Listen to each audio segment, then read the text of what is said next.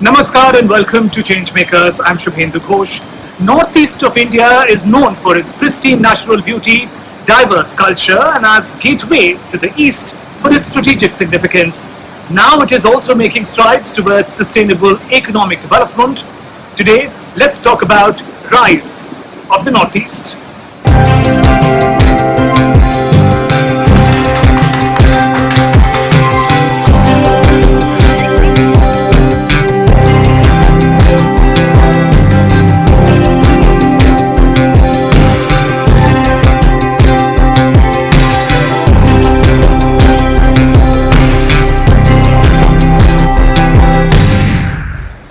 Northeast of India is richly endowed with natural resources and diverse culture.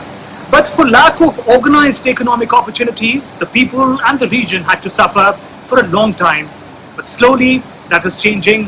Thanks to policy reforms, improving security, physical and digital infrastructure, and most importantly, the entrepreneurial spirit of the people of the Northeast, our changemakers represent this exciting transformation. They are providing e-marketplace platforms for local artisans, promoting traditional tribal crafts, sourcing and selling indigenous herbs and plants from the farmers. Here's more. Our changemakers are ushering in a new era of sustainable development and entrepreneurship in the Northeast. Our first changemaker is Runway Nagaland from Dimapur, Nagaland, founded by Nengnethem Hengna in 2013 with a vision to promote Made in Nagaland indigenous jewelry brand that focuses on using locally available materials and utilizing traditional skills. The all-women artisans team is preserving and promoting age-old indigenous art and techniques of handmade crafts. Tribal jewelry holds a very special place in Naga culture and customs. Runway Nagaland is preserving art of handmade jewelry, which is famous worldwide but was on a decline within the community due to lack of access to markets. As Nengnethem's enterprise expands to include heritage jewelry and handicrafts from other states, Runway Nagaland has evolved into Runway India. Runway India is an e-marketplace designed to provide a selling platform to artisans specializing in handmade indigenous crafts. The diverse collections are marketed to customers nationally and internationally. Our next changemaker is Brahmaputra Fables from Guwahati, Assam, founded by Dhruba Jyoti Dekka in 2017. Brahmaputra Fables is technology-based digital marketplace of handicraft and handloom products of Northeast India. The enterprise connects artisans and weavers to the end consumer. Brahmaputra Fables' mission is to showcase the potential of Northeast India on the world stage. Rich traditions and culture are represented through diverse handicraft products. Brahmaputra Fables gives a global market access to local artisans through a user-friendly e-marketplace. The enterprise started off with 30 artisans selling bell metal crafts, and now it represents digital integration of more than 3,000 artisans from Northeast India, selling products ranging from home decor, utility craft, bamboo crafts, water hyacinth crafts, various tribal weaves, traditional attires, and ethnic food products like tea, pickles, and spices. Our third changemaker is Dweller Teas from Imphal, Manipur. Founded in 2017 by Elizabeth Yanban, Dweller Teas is a herbal tea brand offering authentic flavors and benefits of indigenous plants of the Northeast. The team sources fresh produces from growers and wild collectors, and they are made into quality ingredients for Dweller Teas. Over 92% of the ingredients that are used are brought to life by Dweller makers to make you sip the difference. Dweller was started with a passion to preserve indigenous plants, local culture, and memories that are slowly fading with each passing generation. Dweller strives towards building an inclusive, self-reliant community. Dweller starts the process by sourcing the fresh produce from growers and wild collectors, which are then value-added in-house by a team of women makers. The model is based on a supply chain that directly connects customer to the grassroots communities. Dweller products are available both in stores and online. They have been shipped from Manipur to Germany, UK, Denmark, France, Israel, Japan, United States and other countries. Those were some really interesting enterprises. Let's now meet the Changemakers, learn more about their work and vision. Let me welcome Nengyatham Hengna, founder Runway Nagaland, Dhruba Jyoti Deka, founder Brahmaputra Fables, and Elizabeth Yanban, founder Dweller Teas. We saw your incredible enterprises. A warm welcome to Changemakers. Thank you so much, sir. First, I'd like to learn from you beyond ideas and ambition. A successful enterprise also needs a favorable ecosystem. Now, unfortunately, for a long time, such business-friendly ecosystem was not associated with the Northeast. How do you evaluate the manner in which things have evolved and changed, particularly digital infrastructure, which is so important for each of your enterprises? Dhruba, if I can come to you first. Yeah, so like in terms of digital ecosystem, like when we initially piloted in 2017, so like at the time, the support ecosystem, aside keeping the digital ecosystem, there was nothing. Then by 2018-19, the state incubator came into place. Now there are venture capitalists. There are so many other support ecosystem which are surrounding the entrepreneurs. So now the process is much smoother as in 2022. And regarding digital infrastructure, we are getting help from like AWS. We use Amazon Web Services. We have we use all other technologies. We are trying to develop homegrown blockchain technology where you can trace down the artisanal, like who made the product or from where it is coming from, the originality or the traceability.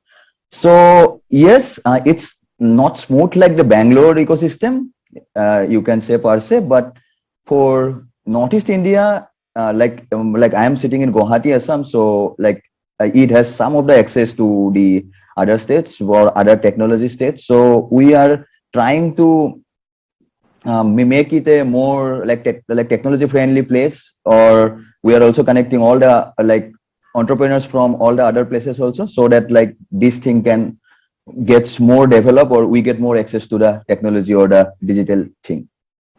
Yeah. Looking back, I started my business in 2017. So the boom of digital infrastructure has really impacted the ecosystem especially in northeastern states.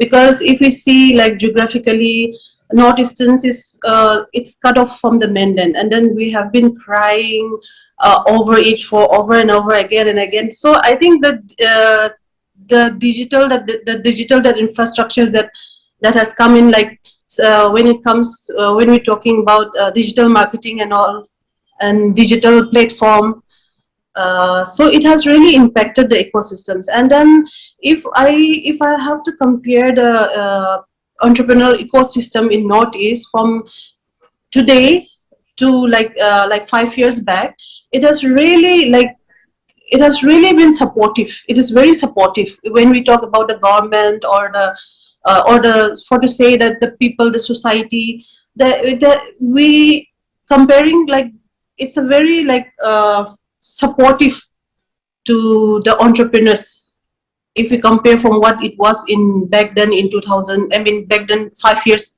back. So we also started as a small enterprise.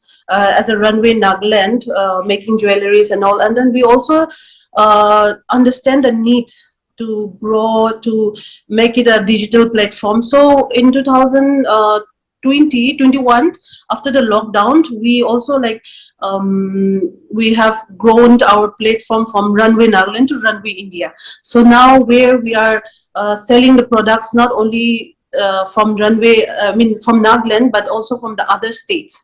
So me and my founder, we came, and then we also understood during this phase, I think we are also understanding the importance importance of collaboration. It's not like we are not going to grow if we are within our state or within our just within our ecosystem. We have to evolve from it, and then we have to grow out of it, and then keep collaborating. It's not just the Northeast, but then yes, there's unlimited scope.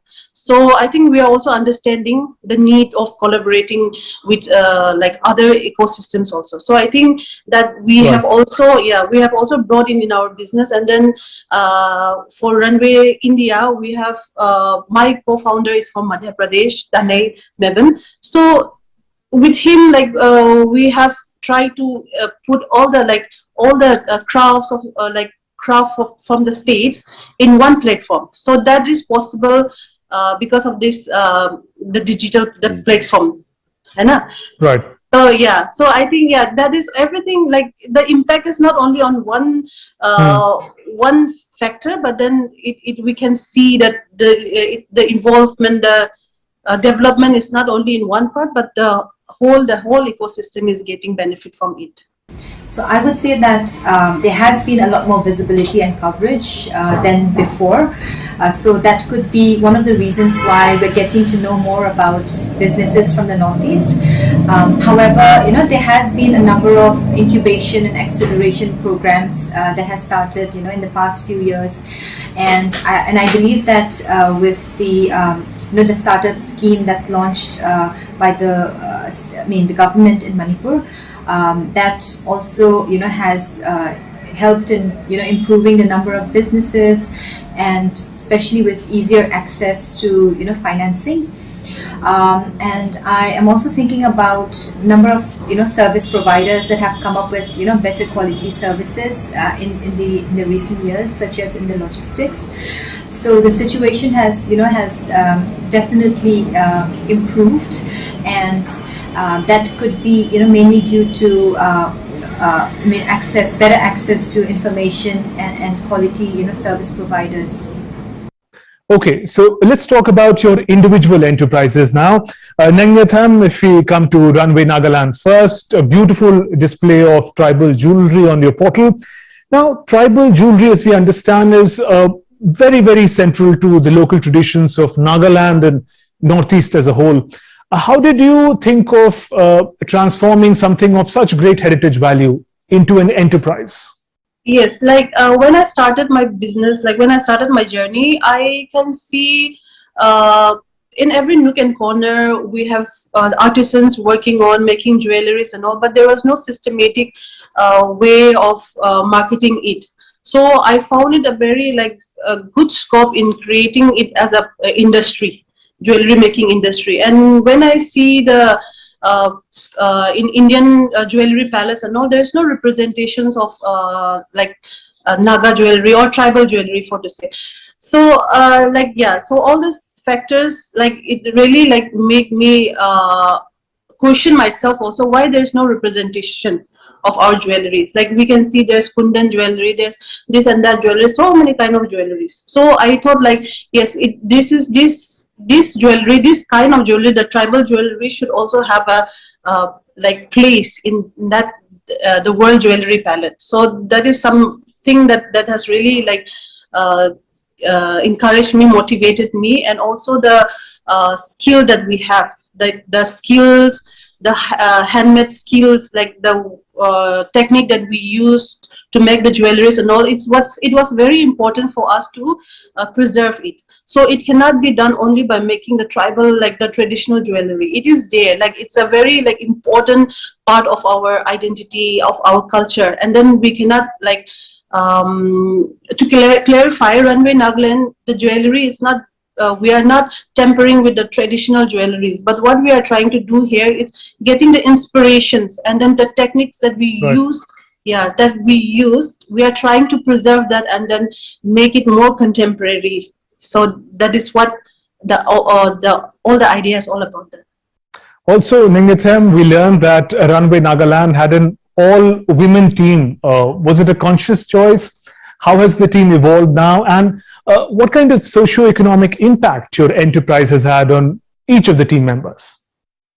So when it started, it was not a conscious decision that we are going to make an all-woman team, but it happened in such a way that women are more like they want to. I don't know. They are very skilled, and they know how to manage time, their uh, things, so everything. Like it just happened that when we created the team, all the women they came in. So later on, like we also like felt okay, this is becoming an all woman team. So why don't we just encourage it and use this platform to encourage more women to come and join us? So that was the sense like that I got it, and then yeah. Seeing like it's like I have mentioned, like it's not a conscious decision, but then now we are really liking it. We try to bring in men also. We are like in our administration team or in other teams also, but then I don't know why like it has become so like a stereotyping, like to make a jewelry it's only the woman's work. So I feel like down the line I also want to break this stereotype that making jewelry is not just a woman's work, but it's also for all genders. Well, I must say that the men of the Northeast are as talented as the women, and we have an example in front of us. Dhruva Jyoti is with us. Dhruva, let's talk about Brahmaputra fables. A rich diversity of artisans find local and international customers with Brahmaputra fables. Tell us about your journey of showcasing the rich diversity of the Northeast to the world. Yeah, so like I was pursuing my master's in Pondicherry University, and then I got the access to like all like other states of like India, and we met friends, and then we organized Northeast Festival. And in those Northeast Festival, we used to ask our friends from Tamil Nadu, from Kerala, from Delhi, everyone like please join us in the festival and see our culture. And whenever they see this, they got awestruck, and then in any semester break or holidays, they will be like, तुम इस बार घर जाएगा तो हमारे लिए एक गामोछा लेके आना और हमारे लिए एक कुछ क्राफ्ट लेके आना, because North Eastern culture is so vibrant. Right. So that's when the initial idea kicked in. And then I came back to Assam, Sarthebari, that is the bell metal craft village of Assam. That craft goes back to around 1300 AD. So then I saw like some of my friends with whom I studied in my like primary school, they were also now like bell metal artisans. So I talked with them, and we like simply as a project, I started Brahmaputra fables, like the stories from the banks of Brahmaputra, like it is inspired from the Amazon. It is the largest river in American subcontinent. That's what Brahmaputra is, like the largest river in and the only male river in India. So that's how with 30 artisans, we onboarded 100 products, and we started Brahmaputra fables by starting with at my own village, because I want to showcase whole India that how rich we are, and we want to tell the stories of how rich our culture is through handicraft products of Northeast India. Dhruva, we also learned there is a rich diversity of artisans from all across Northeast who are associated with you. As your enterprise becomes commercially more successful, how is the life of local artisans of the Northeast changing? Yes, so like they were selling in the local market, so they were getting like for a craft, let's for example a bell metal craft or any shawl, like any shawl you take, and they were getting 1900 rupees, or for the bell metal they are getting 500 rupees. So what we are trying to do, like we as a platform, we only charge around 15 to 20%, not more than that. So what we do, we give them the better prices for their products so that their income increases. And moreover, we are also doing the quality thing, like that because customer needs the quality, that has to be well packaged, that has to be good photographed, so that people can know. There have to be some video. We are also increasing blockchain technology, so people know the originality. So the thing about the before and after thing is we cannot see that much impact in some short time. But yes, like last month, one of our artisan group earned around like 2 lakh rupees in a month by selling products to Brahmaputra fables. And during pandemic, our artisans made handloom 3-layer mask, and they sold around more than 5 lakh rupees worth mask through Brahmaputra fables. Elizabeth, if we can come to you now and talk about Dweller Teas. We know that Northeast is blessed with a rich diversity of fauna and flora. In many ways, your enterprise is harnessing this natural potential of the region. Tell us about Dweller Teas. How did the idea enterprise come about? So firstly, the reality now is that the traditional knowledge and memories associated with indigenous plants are slowly fading with each passing generation. But these plants have been consumed as traditional medicine and as well as for refreshment for a long time.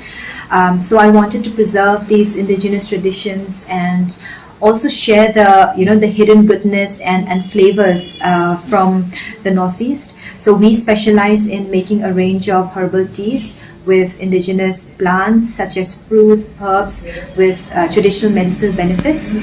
And what we stand for is that we are about going back to the roots and really striving for sustainable livelihood opportunities with the rich local resources that we already have around us. I'd also like to learn from you the manner in which you associate and work with the local farmers and local communities.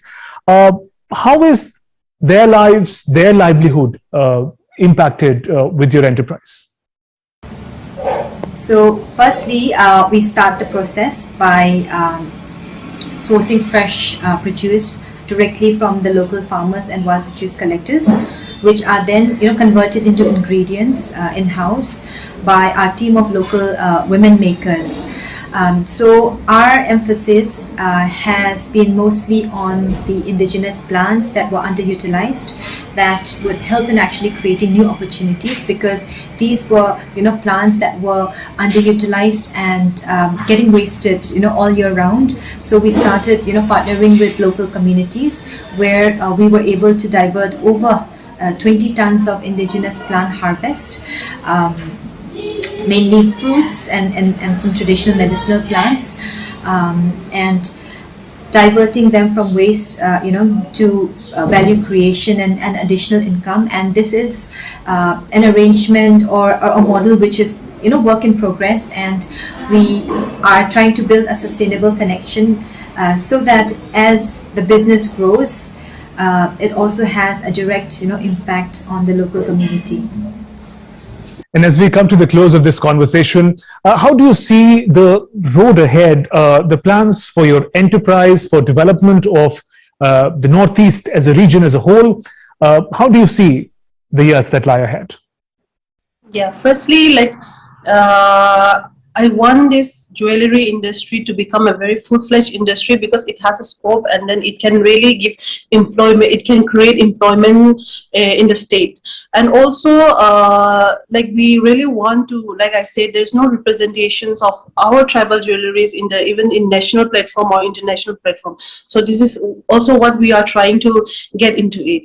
And through this platform, I always say, it's not only about me or the jewelry, but it's also about the stories of such women, the artisans that are connected with us.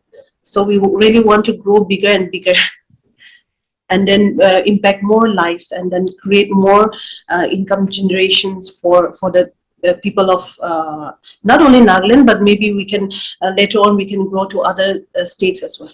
For my enterprise, as we discussed before the show, we want to introduce the touch and feel e-commerce, which we are calling as Fables Kiosk, and which will be at tier 1 cities of India like Delhi, Bangalore, Hyderabad, where you can go and you can experience the craft like lens cut. You can touch the craft, you can feel the craft, and then you can place the order at the store itself, and it will get delivered to your home within 3 days. So then let the trust gets improved, and you can also know this is the quality which I am getting. So that's the innovation we are bringing in our enterprise, along with the QR code technology, where you can also know from where it is coming from, the origin of the product. That is the conscious shoppers are increasing day by day. And for the region, we are hoping this region is growing so much into the entrepreneurship. The government is helping. The government is always helping the entrepreneurs, and we are so hopeful that there will be more job creators than the job seekers. We were a state who always ask for government jobs, but now the thing is changing and people are now coming out and want to do startups. So it is a very great time to be in Northeast India. I'd start by saying that we have a long way to go, but we are on the right path. So it is really to continue what we're doing and to keep improving at each stage. So this year we started shipping international, and we have been, investing into scaling our production and really upgrading, our products into such as, having like compostable infusion bags. So by the end of this year, so we are, aiming to strengthen our expansion into key domestic and international markets. So that would be, the plan for our business. And coming to the, the economic development of the region, so my expectation would be like better quality jobs, a self-sustaining, economy, and really breaking the traditional inequalities, which would be to, economically empowering the underserved communities. On that note, thank you very much, Nangnaitham, Dhruba, Elizabeth, for joining us on Changemakers, sharing your fascinating stories. Our best wishes to your respective teams for the work that they do. Thank you very much. It was great interacting with our Changemakers. The work of our entrepreneurs from the Northeast is special. While it is contributing to the overall economy of the region and the nation, what is inspiring is the manner in which it is done, preserving and promoting the unique heritage of the Northeast and making the businesses sustainable. Perhaps we can do our bit by supporting such entrepreneurs. Hope we meet again soon. Namaskar.